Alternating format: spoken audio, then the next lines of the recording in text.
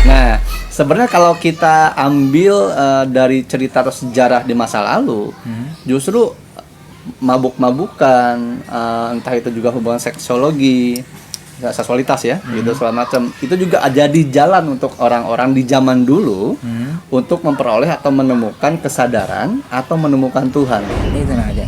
Pertanyaannya, apa emang jalannya harus kayak gitu dulu atau memang harus bersih dulu? Nah, gini.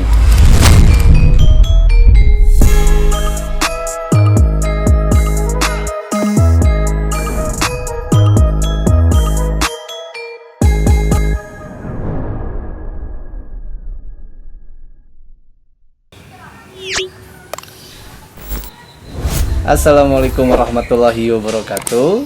Sampurasun, Mugia Rahayu, Sagung Dumadi. Salam damai seluruh alam. Alhamdulillah wa syukurillah wa nikmatillah.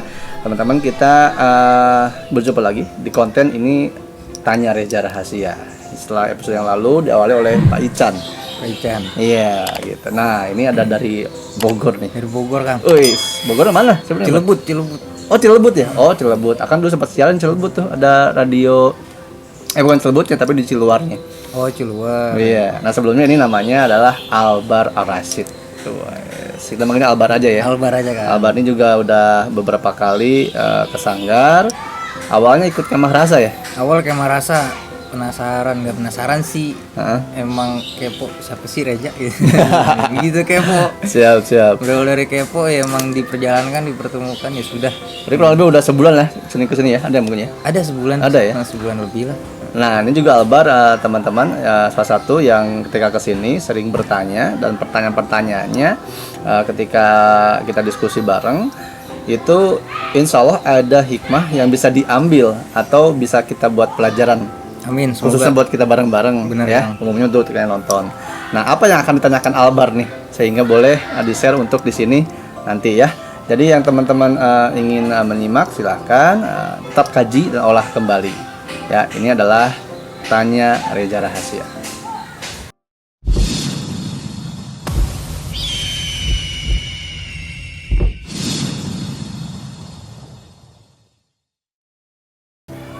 Ya, terima kasih teman-teman, saudaraku sekalian seluruh Nusantara sudah sampai detik ini masih menyaksikan kontennya nih. Nah, Setia berarti, Kang. Alhamdulillah, Setia. alhamdulillah. Nah, apa nih Bar yang ingin ditanyakan nih Bar, yang bisa kita share atau didengar menjadi manfaat untuk teman-teman?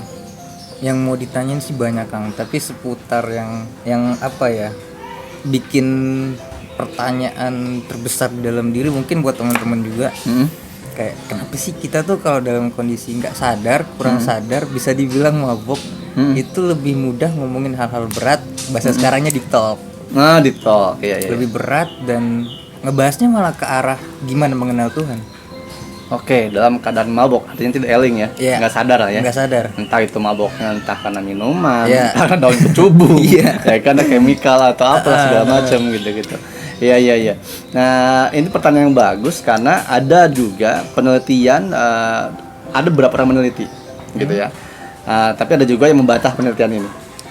Jadi ketika menggunakan alat yang memabukkan, gitu kan, itu kita masuk ke dalam frekuensi rendah tuh, ke frekuensi theta. Itu sekitar 4 sampai 8 Hz. Frekuensi theta itu kan ketidaksadar dan sadar. Gitu. Nah, itu frekuensi yang masuk itu adalah sama, hampir frekuensinya itu mirip serupa dengan frekuensi ketika kita meditasi ataupun sedang ibadah. Metafisik. Karena yang muncul adalah alam bawah sadar. Gitu. Nah, ada juga di luar negeri sana yang bilang bahwa ada nyobain jamur tuh, Bang. Jamur, dia makan jamur, mabok, celeng, segala macam, hilang kesadaran, akhirnya ketemu Tuhan katanya. Wah, gitu. Itu tuh. Nah, sebenarnya kalau kita ambil dari cerita atau sejarah di masa lalu, justru mabuk-mabukan, entah itu juga hubungan seksologi, seksualitas ya, gitu segala macam. Itu juga jadi jalan untuk orang-orang di zaman dulu untuk memperoleh atau menemukan kesadaran atau menemukan Tuhan. Gitu. Tapi ada hal-hal yang kita harus sadari dan ketahui, bahwa kalau begitu caranya kayak misalnya mabuk gitu, itu kan berarti kita tergantung di luar, di luar diri kita. Iya, benar. Kalau kita nggak ada minuman, nggak ada Nggak bisa. narkoba, nggak ada itu nggak bisa. Iya, benar. Nah berarti kan kita tidak sadar sepenuhnya. Dan ketika nanti kita sadar sepenuhnya, efeknya sudah nggak ada efek yang dalam diri kita ketergantungan. Gitu. Terus kenapa sih bisa sampai kita kayak tadi misalnya Abar ngomongin hal yang berat, tapi bisa enteng, Yeah. gitu keluar? Karena ketika kita ada dalam ranah alam bawah sadar, kita sudah melupakan yang namanya malu, nggak enak ngomonginnya, gitu kita nggak mempedulikan siapapun lagi. Kita hanya mengeluarkan apa yang dikatakan nurani kita. Masuk akal, bener-bener. Jadi melemahkan pikiran untuk mengeluarkan yang ada di dalam ya kan. Betul, dia logika ditekan tuh, yang muncul intuisi, gitu dan naluri. Jadi orang itu akan ketahuan isinya seperti apa kalau lagi mabok kan gitu. Iya, benar. Gitu. Kan juga banyak dulu teman-teman yang suka mabok, suka apa. Kadang-kadang kalau dia aslinya lucu, dia lucu maboknya. Iya, gitu ya. parah. Gitu. Itu kalau jawaban dari Akang tuh. Karena emang saya ngalamin sendiri tuh Kang. Ngalamin sendiri dulu zaman-zamannya masih kecanduan obat. Itu Oh, dulu pernah juga. wah, Oh, aduh, mantan ya. Gak apa-apa, mending mantan pecandu daripada mantan guru. iya benar. Semoga jadi mendingan dikit. Amin. Biarpun belum baik. Mendingan pakai N ya, jangan pakai L. Iya. Meninggal. Nah, itu Oh, dulu dia tuh. sempet tuh. Sempet. Itu usia atau ranah zaman remaja atau enggak? Udah lama? Dari tahun 2016-17 sampai 2 minggu sebelum Kemah Rasa. Oh ya? Iya, Oke, 2016 juga sampai 2 minggu sebelum Kemah Rasa masih. masih. Tapi sekarang udah steril dong. Pas di Kemah Rasa tuh udah steril tuh. Alhamdulillah. Karena emang mungkin emang dipertemukannya lu bersih dulu baru temuin jalan lu yang bener gitu. Mungkin. Jalannya bisa jadi ya. Mungkin, heeh. Perantara. Nah, itu dia yang saya sadarin waktu kondisi saya kurang sadar dan masih logika pikiran ketekan. Itu kayak buat ngomongin hal-hal berat, kayak nyari tahu tentang hal-hal yang bisa dibilang di luar logika ke arah spiritual, itu lebih masuk kan. Lebih enteng ya masuknya. Lebih enteng, lebih masuk. Betul. Terus lebih makanya waktu itu sempet ini beneran ngerasain atau ini halu nih. Oke. Tapi setelah yang waktu itu saya pernah cerita, yang penting buktinya ada nggak. Nah, dan itu terbukti. Kayak contoh kecilnya orang kesurupan atau orang yang kena gangguan katanya non medis. Alhamdulillah kan dikit-dikit bisa dikikis. Nah, itu kan jadi bukti. Oh, berarti gue nggak halu nih. Oh, berarti Tapi- dapatnya itu petunjuk atau dari wasilah obatnya itu ketika pas lagi itu. Iya, kondisi kurang sadar kayak diarahin buat tiba-tiba pengen wirid, tiba-tiba pengen sholat tobat, sholat hajat, terus mandi hijab ya bahasanya. Ya. kan. Kayak gitu-gitu terus jadi ya kayak gitu dapatnya. Ini halu apa enggak? Tapi kok bukti nyata gitu. Ya. Dan itu juga dirasakan oleh orang lain. Dirasakan orang lain. Nah, iya. Nah, itu nah aja. Pertanyaannya, apa emang jalannya harus kayak gitu dulu atau memang harus bersih dulu? Nah, gini. Soal jalan, manusia memiliki jalan masing-masing. Gitu. Seperti kita mabuk misalnya, entah mabuk pakai kecubung, pakai jamur, pakai narkoba yang chemical gitu kan, yang medik lah, ataupun dengan jalan hubungan seksual, itu kan teknik namanya, Mbak. Nah, teknik ini bisa berbagai macam cara. Ibadah pun teknik. Gitu. Jadi di dalam ranah keilmuan sebenarnya cuma ada dua. Gitu, hitam dan putih. Hitam bukan berarti jelek, hitam bukan berarti buruk. Justru cahaya itu berasal dari kegelapan. Kalau nggak ada kegelapan, nggak mungkin dikenal sebagai cahaya. Iya benar. Nah gitu. Nah, jadi di ranah dua itu, apakah yang mana dulu? Sebenarnya setiap manusia berbeda-beda. Bersih itu kadarnya seperti apa? Kalau tadi Albar nanya, apakah harus bersih dulu baru ketemu jalan? Nah, bersih menurut siapa dulu? Gitu. Nah, jalan yang Albar terima itu bukan menjadi keseharusan yang lain yang mendengarkan atau siapapun teman-teman Albar, enggak. Itu Jangan jalan. contoh ya, teman-teman. Jangan contoh. Jadi jangan bisa kayak gitu ya, ikutin jangan. Karena setiap manusia berbeda kapasitasnya, jalannya. Nah, di Albar titiknya adalah ketika sedang tidak sadar karena kecanduan waktu itu, alihnya hilang, gitu kan kesadarannya, ini mendapatkan petunjuk. Dan petunjuknya jadi kebaikan, manfaat. Iya, Nah, iya. itu jalannya Albar. Apakah harus gitu, Kang? Mungkin untuk Albar waktu itu kemarin begitu caranya. mungkin buat orang lain nggak bisa kayak nggak gitu. bisa gitu. Jadi jangan asal ngikut-ikutan. Setiap manusia beda-beda. Ada manusia yang bisa minum kopi hitam, ada enggak. Ada yang bisa minum ini, oh enggak, lambung gue nggak kuat kayak gitu. Nah itu kan manusia beda-beda. Jadi apakah itu keharusan? Belum tentu sebuah keharusan. Bisa jadi itu pemicu awal di Albar. Bukan jadi bahwa oh saya pernah gitu Kang, berarti ntar saya gitu lagi deh. Ya jangan. Ya. Belum tentu itu. Justru itu kan teknik. Itu momentumnya. Nah yang harus Albar cari adalah momentum yang sama, bukan tekniknya. Oke. Momentum apa? Momentum ketika sadarnya tinggi, kesadarannya, logika diturunkan, ditekan. Nah cari cara lain. Ambil momentumnya. Gitu, bisa dengan cara yang lain, teknik-tekniknya macam-macam, tapi sekali lagi jangan terjebak teknik, momentumnya gitu. Nah kembali ke soal kebersihan tadi, apakah harus bersih dulu baru ketemu jalan? Justru ibaratnya pakaian kotor Bang, apakah pakaian kotor harus bersih dulu baru dicuci? Oh iya, masuk akal Kan? masuk akal. Pakaian kotor ya dicuci karena kotor gitu, harus dicuci, harus dibersihkan kan gitu. Bener-bener. Ya, jadi entah ketika Albar ketemu dengan Akang dan lain sebagai teman-teman di sana di Kemah Rasa dengan tempatnya Bukit Cita itu adalah sebuah, kalau ibarat pakaian adalah laundrynya di sana, bisa gitu kan? Atau ketika Albar sudah niat ikut dan berangkat, apapun yang terjadi nggak tahu kenapa harus ikut. Nah itu laundrynya Albar lagi jalan, lagi pembersihan. Ketika Albar sampai ketemu Akang ya kan, tiba-tiba ujuk-ujuk langsung bantu angkat tenda oh, siapa nih? gitu langsung bantu beres-beres lalu. Nah di situ titiknya, ketika itu insya Allah sudah bersih, maka dapatlah titik yang akhirnya menjadi tolak balik gitu. Jadi emang harus kenal gelap dulu sebelum kenal terang. Oh iya, karena semua berawal dari kegelapan itu bukan buruk artinya gitu. Hitam itu bukan berarti tidak baik. Sama seperti magnet, ada positif, ada negatif. Apakah kutub negatif di magnet itu buruk? Iya, Kan enggak sih, itu buat penyeimbang. Penyeimbang gitu. Justru yang gelap ini akan membuat yang bercahaya terlihat. Iya, bener-bener. Gitu. Kayak sekarang nih, Abah pakai hitam, Akang pakai putih. Oh iya. Ya kan? Tanpa sadar nih. Bener. Akang yang putih. Nah, jadi ini juga sama, hitam dan putih. Apakah yang pakai baju hitam lebih baik daripada yang putih? Belum tentu. Apakah hitam, apakah putih? Itu warna atau apa? Nah, gitu. Kalau kita hanya masih terjebak pada warna, maka akan bilang bahwa oh warna hitam menyerap kayak gitu kan. Warna putih memancarkan. Seperti itu. Nah, positif negatif itu kan sebuah hal yang sangat relatif. Apalagi ketika kita dihadapkan kepada kehidupan manusia yang sejatinya tuh. Manusia, ada bangsa jin, ada bangsa siluman, ada tumbuhan, ada hewan. Gitu. Apakah warna putih yang kita sebut putih ini sama menurut hewan? Iya sih, beda juga. Gitu. Cahaya aja, perkara cahaya kan. Kayak gitu. Iya, tapi ngomong-ngomong apa ya nyebutnya, spiritualitas dalam diri. Itu saya yang masih bukan kurang jelas, tapi mempertanyakan itu 7 titik cakra itu.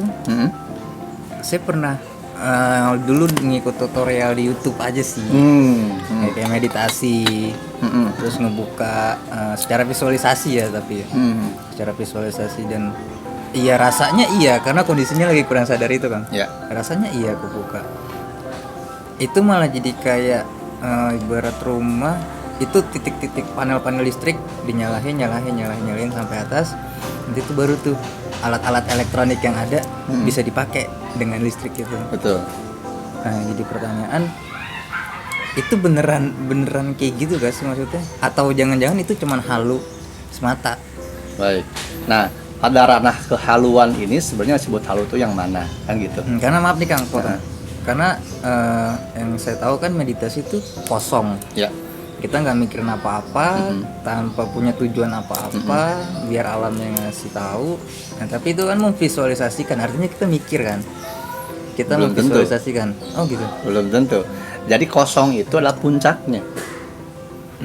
Gitu, hampa, kosong adalah isi adalah kosong, itu benar. Gitu. Tapi itu puncaknya. Ketika kita mulai bermeditasi awal, itu pasti yang pertama kita hadapi adalah pikiran kita. Dulu menurut YouTube ini harus fokus ke titik tengah mata kan gitu tuh. Mikir nih, kalau kita lihat titik cahaya, entah cahaya ini muncul. Nah, itu yang muncul tuh pikiran. Gitu. Tapi kalau kita udah niat misalnya mengkosongkan diri, gitu kan meditasi ada dua kan, ada dekonsentrasi sama konsentrasi. Kalau dekonsentrasi itu mengkosongkan diri, siap menerima apapun yang ada di alam. Kalau konsentrasi kita fokus tujuannya untuk apa. Misalnya gue meditasi mau menyembuhkan sakit kepala gue, mau menyembuhkan sakit hati. Nah itu konsentrasi. Gitu. Nah ketika yang tadi kau nyambung pada 7 titik cakra, itu memang ajaran dari Tibet luar sana memang seperti itu. Apakah salah? Baik lagi, tidak ada salah dan benar. Kebenaran menurut orang yang ditemukan ya seperti itu, dan itu berefek pada tubuh kita. Memang ada titik-titik itu ada gitu. 7 titik cakra. Kalau di Islam ada 7 latifah gitu kan, yang ada di bawah perut nih, dua jari, di tengah-tengah, di jidat, di ubun-ubun, di dada atas, sama 2 jari bawah susu itu ada gitu kan. Nah ketika visualisasi itu muncul dan visualisasi itu bukanlah yang kita pikirkan atau yang belum pernah kita lihat sebelumnya, maka itu bukan halu, tapi kebersaksian. Itu membedakannya. Oh iya benar. Kalau halu tuh Albar pernah nonton apa, pernah mikir apa, muncul seperti apa yang disesuai dengan dipikirkan, yang pernah ditonton, apalagi kalau gitu. Ya soalnya waktu itu cuman mikirnya tuh kayak lampu nyala, tapi ternyata nggak nyala. Itu kayak kuncup, kebuka nih kelopaknya satu-satu, mekar isinya gitu. Bukan nyala, malah pikiran saya tuh kayaknya bakal nyala gitu kalau udah kebuka gitu. Iya. Ternyata enggak, kuncup yang mekar. Kuncupnya mekar. Nah sebenarnya kan itu kebersaksian unsur dalam diri. Bisa jadi itu adalah Albar yang menyaksikan si bunga itu replikanya Albar. Implementasinya sebuah atau setangkai bunga yang sedang memekar nih, tak gitu, menyaksikan itu. Atau itu ilafat petunjuk bahwa harus seperti bunga yang mekar. Ketika mekar apa dia? Menyebabkan apa? Menyebabkan keharuman, wangi, keindahan. Balik lagi ke situ. Jadi kalau perkara halu dan visualisasi itu nyata, kebersaksian, tinggal tanya pada diri kita. Yang kita lihat, saksikan itu apakah pernah ada dalam informasi gelombang otak kita, pikiran kita, perasaan kita. Kalau belum pernah ada, tiba-tiba muncul, itu kebersaksian. Karena dalam meditasi banyak kebersaksian. Setelah kita lewati tahap mengecilkan logika, pikiran. Iya, itu pasti umum tuh, ya kan? Awal meditasi beda-beda ya. Caranya beda-beda. Gitu, setiap orang beda-beda. Ada juga orang yang nggak perlu meditasi, Bar. Oh iya. Ada juga yang nggak perlu meditasi, karena meditasi yang diem duduk ini kan teknik. Sebenarnya ketika ini akan ngobrol, Albar mendengarkan, itu meditasi juga. Ada orang yang ngerokok santai, ada orang yang sapu bersihin, itu meditasi juga sebenarnya. Kalau pada ranah tingkat si frekuensinya itu tuh masuk ke theta, masuk ke alpha gitu kan. Iya. Masuk akal. Bersaksian gitu. Itu bedanya halus sama kebersaksian. Keren.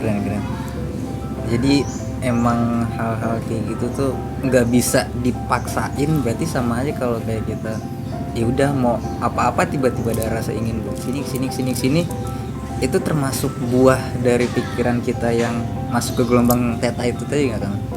Kalau kita kehendak ingin kemana, ingin makan apa, dan kita tidak tahu arahnya, terus kita tahu kok gue mau kesini ya, itu bukan pikiran. Bukan. Itu bukan nalar, pikiran itu nalar, tapi itu nurani sebenarnya.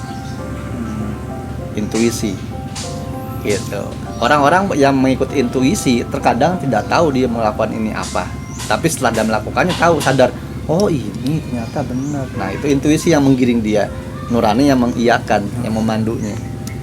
Pantes yang namanya meditasi disebutnya ngolah kesadaran ya. Mungkin itu ya, Kang, kayak takdirnya kita nggak pernah tahu nih mau ada apa nih. Tapi ya udah, selama kita sadar ya udah ini tuh arahan, ini tuh takdir, ya udah pasrah, nanti ketemu sendiri jalannya, nggak tahu dari mana. Nah gitu, jalani aja kan gitu. Kalau kita bicara meditasi kan salah satu candi yang mereplikakan atau mengimplementasikan, merefleksikan proses manusia meditasi pencapaian itu ada di Borobudur, Candi Borobudur gitu. Dari mulai lapisan bawah sampai atas stupa atas yang kosong, Nah itu pencapaian tuh kosong. Itu tuh ngomong-ngomong gitu tukang tuh. Oh gitu. Jadi yang saya tuh pernah punya pengalaman, kondisi saya lagi hancur banget nih, nggak tahu mau ngapain, nggak tahu hidup mau kemana gitu, nggak punya tujuan, kerja juga enggak.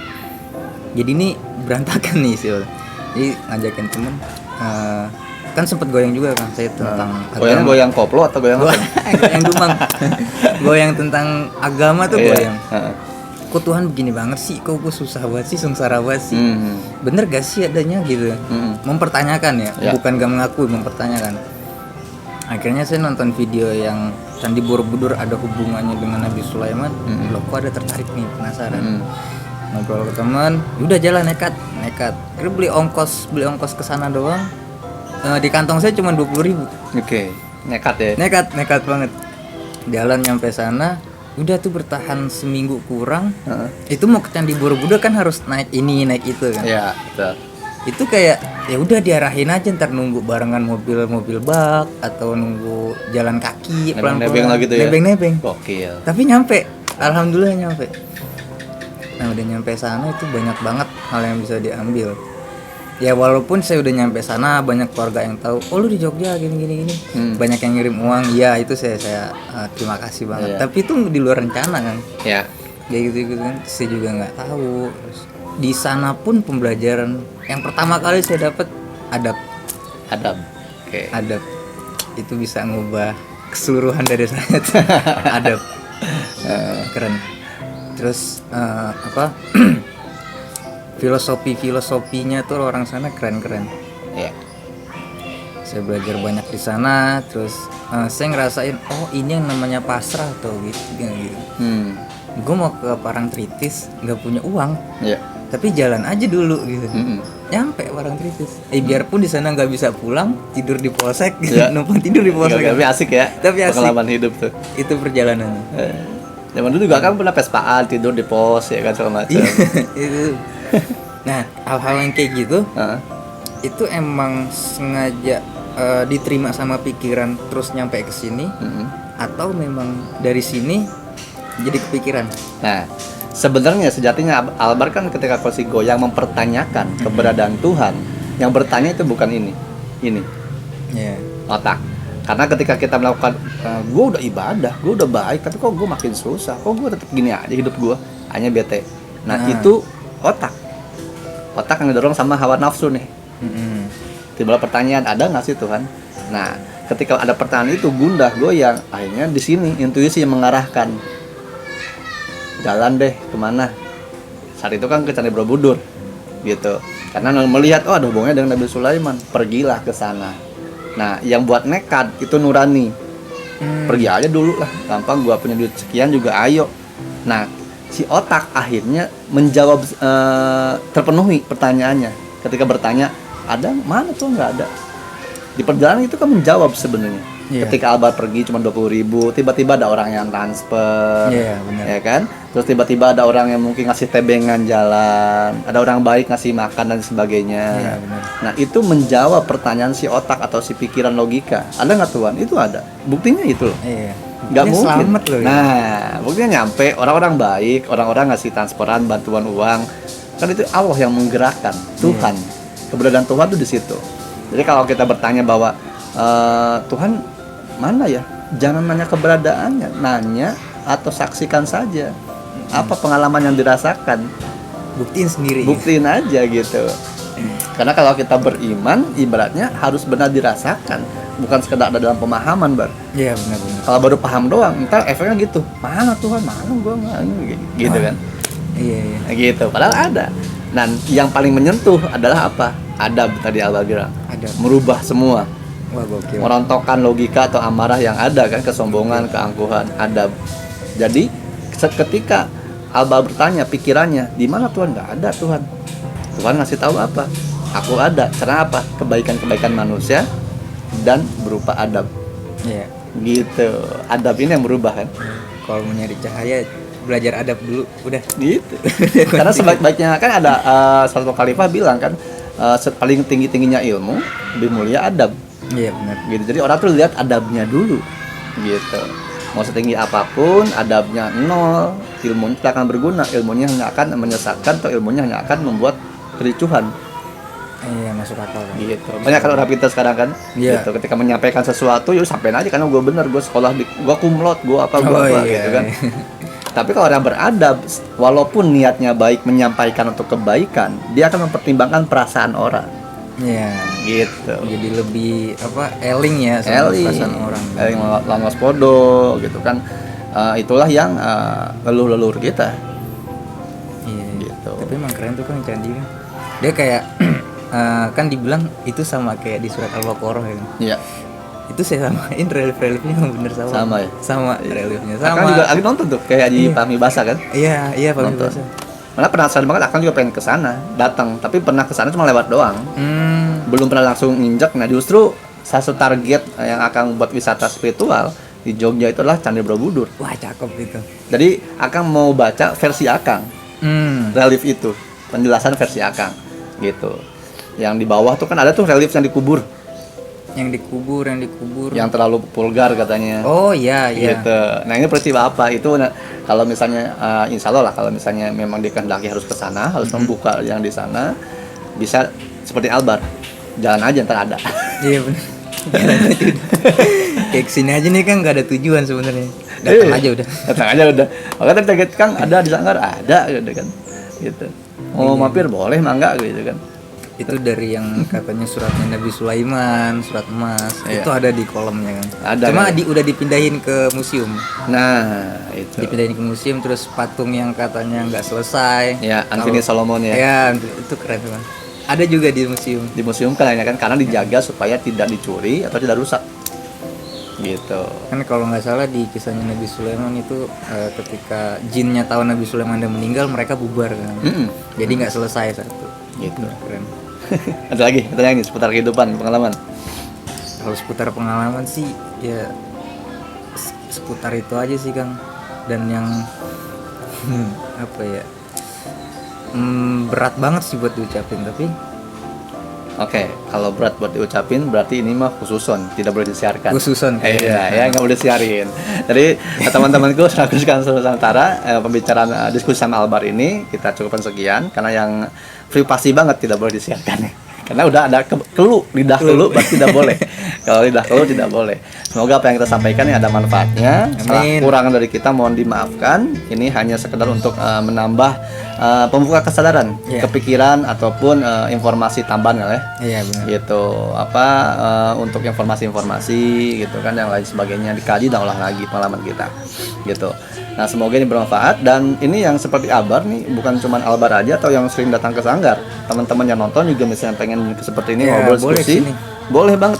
Mau disiarin boleh supaya berbagi manfaat juga untuk orang lain. Iya benar. Seperti Albar tadi kan ceritanya. Gitu, pernah ngalamin masa-masa gelap tuh, masa jahiliyah kan. Mabok segala macam. Tapi ketika mabok segala macam, ketika sedang fly, fly dikasih petunjuk, malah suruh zikir, suruh ini kan. Akhirnya seperti ini. Gitu. Jadi intinya ini bukan inti akhir ya, tapi dari pembicaraan ini adalah apapun yang kita alami itu kalau kita terima dengan penuh kesadaran dan kembali kepada ingin mencari kebenaran, maka akan ditunjukkan jalan kebenaran. Benar-benar. Dengan cara apapun. Cara apapun. Entah itu awalnya dari hal-hal yang buruk, gitu. Karena baik buruk itu juga dari Tuhan. Bener kan? Ya kan, kodok-kodok baik. Siap. Baik, makasih Abah nih udah mau dikontenkan ceritanya, pengalaman di-share ke teman-teman yang ada di rumah. Semoga bermanfaat buat yang lain. Amin. Oke, baik. Sampai ketemu lagi teman-teman, saudaraku sekalian seluruh Nusantara yang ingin seperti Albar boleh hubungi ke Mas Abdul Soleh ya, kita diskusi ngobrol bareng seperti ini. Atau satu kami dengan teman-teman lain di Sanggar ngomong privasi, dipersilahkan. Siapapun dari kalangan agama pun, agama apapun ya, suku, adat, budaya apapun, silakan. Semoga ini bermanfaat. Tetap kaji dan olah kembali ya. Jaga hati, jaga pikir, jaga rasa dan jangan takut. Kejar rahasia, Albar Rasid. Sampai ketemu lagi. Wassalamualaikum warahmatullahi wabarakatuh. Salam damai seluruh alam.